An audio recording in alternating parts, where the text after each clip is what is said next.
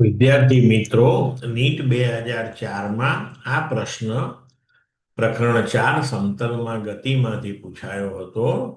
પણ આ પ્રશ્નની અંદર તમારે પ્રકરણ 5 કાર્ય ઉર્જા અને પાવર તેનો પણ એક કોન્સેપ્ટ ઉપયોગમાં લેવો પડશે. હવે પ્રશ્ન છે, એક એલ લંબાઈના દોરીના એક છેડાને કેન્દ્ર તરીકે રાખી છેડા સાથે બાંધેલા પથ્થરને શિરોલંબ વર્તુળમાં ઘુમાવવામાં આવે છે. જ્યારે આ પથ્થર તેના નિમ્ન સ્થાને હોય ત્યારે તેની ઝડપ u છે. જ્યારે દોરી સમક્ષિતિજ બને ત્યારે તેના વેગમાં ફેરફાર કેટલો? g એ ગુરુત્વાકર્ષણનો પ્રવેગ છે. વિકલ્પ આપ્યા છે: a √2gl, b √2 * u² - gl, c √u² - gl, d u - √u² - 2gl.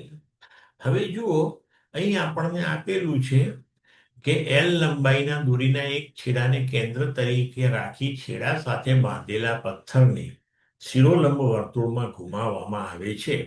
એનો મતલબ એ થયો કે દોરીના છેડા સાથે બાંધેલો પથ્થર એ એલ ત્રિજ્યાવાળા વર્તુળ માર્ગે ગતિ કરી રહ્યો છે.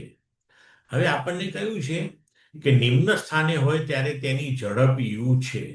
બરોબર?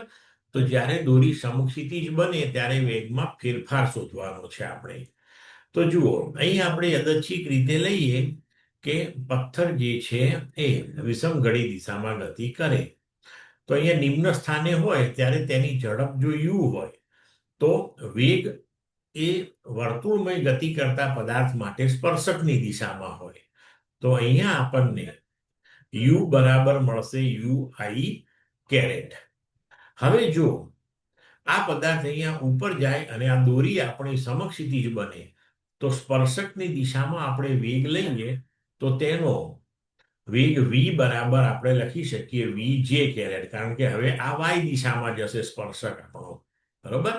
તો હવે અહીંયા આપણે કાર્ય ઉર્જા પ્રમેય અનુસાર લખી શકીએ કે કાર્ય, હવે અહીંથી જ્યારે તમારો પદાર્થ આ સ્થાને પહોંચે છે ત્યારે આ સમક્ષિતિજ સપાટી જો આપણે અહીંયા આગળ લઈ લઈએ, જેને સંદર્ભ તરીકે લઈએ, તો તેનાથી એ h એટલે કે l ઊંચાઈએ પહોંચ્યો તો કાર્ય થયું -mgl, કારણ કે ગુરુત્વાકર્ષણની વિરુદ્ધમાં એ l જેટલું અંતર ઉર્ધ્વ દિશામાં કાપે છે.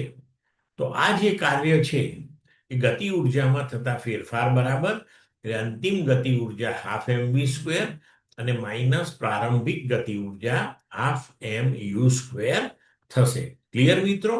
હવે આગળ વધીએ આપણે.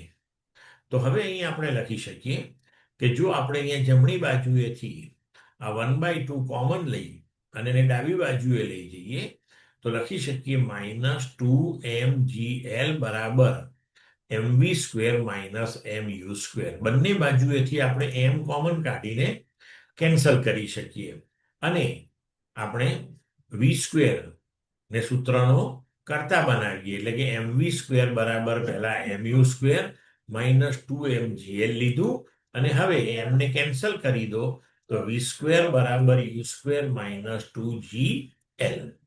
તો v નું મૂલ્ય મળી જાય આપણને √u² - 2gl.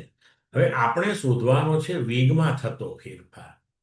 તો અંતિમ વેગ છે vj² અને પ્રારંભિક વેગ છે u_i². તો વેગનો ફેરફાર સદિશ v - સદિશ u બરાબર √u² - 2gl_j² - u_i². તો હવે આપણે વેગના ફેરફારનું મૂલ્ય લઈએ તો એ થશે વર્ગમૂળમાં આ જે વેગ અંતિમ વેગ છે તેના મૂલ્યનો વર્ગ. બરોબર? હવે આ તો અંડર રૂટમાં u² - 2gl છે, એટલે એનો વર્ગ કરીએ તો u² - 2gl થશે અને વત્તા આ u² અને આ સમગ્ર વસ્તુ આવશે અંડર રૂટમાં. બરોબર? તો હવે આપણે આને લખી શકીએ કે U square minus 2gl plus U square એટલે U square plus U square થશે 2u² માઇનસ 2gl. હવે આમાંથી જો આપણે બગડો કોમન લઈ લઈએ તો √2 * u² - gl. તો હવે આપણને જે વિકલ્પો આપ્યા છે તે પ્રમાણે આપણો જવાબ થશે બી. ક્લિયર મિત્રો? સમજ પડી ગઈ?